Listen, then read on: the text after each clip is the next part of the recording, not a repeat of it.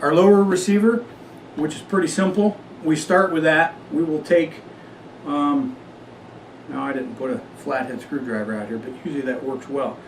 I can take my thumb and push down. This is our buffer spring, and our buffer tube. I can take this flathead screwdriver, which usually is easier, but you can take your thumbnail and pop that down and pull out your buffer and your buffer spring. Now essentially what I did, if you can see here in the camera, there's a little spring, little pin that's on a spring, and that is simply your buffer retainer pin. And that just keeps your buffer from flying out of the buffer tube when your rifle is running, and it's spring loaded. I like to pull this out, give it a quick wipe, and set it to the side. I like shop rags that have a little bit of oil already imprinted in them. Pull it to the side, give the buffer a quick wipe, and set it to the side. Put it by your sling or something that has to go back on this rifle so you don't forget it. Okay, from there we'll just start cleaning the rest of the lower. We'll scrub it down. We'll make sure we clean inside the mag well, as all the carbon deposits go in there. I will put the fire control mechanism on fire, put my hand here before I put my trigger, and I will let my hammer fall up.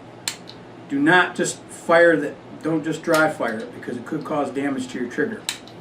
By doing that, now I can set that up. Now I can get access to inside of my trigger group and start to wipe some of that stuff down. This is where the long Q-tips come in handy, because you can get inside here and clean some of these parts up. Also with lubrication. Once I get everything wiped down and I feel it's to my specifications for cleaning it, that's when I'll take some of the lubrication. I'll lube up the end of my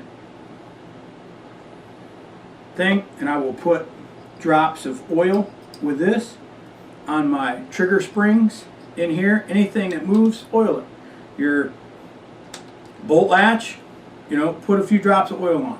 Anything that moves, oil it. It's as simple as that. If it doesn't move and you don't think it needs lubrication, then don't put it on it. Also on some of your other trigger pins, I'll try to oil everything. I can even put a drop of oil on this and run it back and forth. Now it won't once it triggers up. But now I can, once I reset my trigger, I can work some of that in there and then wipe off the excess.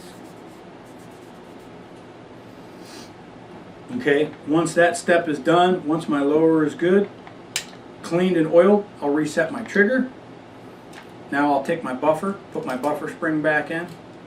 You don't have to depress that once you put that back in, because that's a spring. It'll pop right back in, and now it's set. And now I'll set my lower to the side, and now I'll begin working on my bolt and bolt assembly.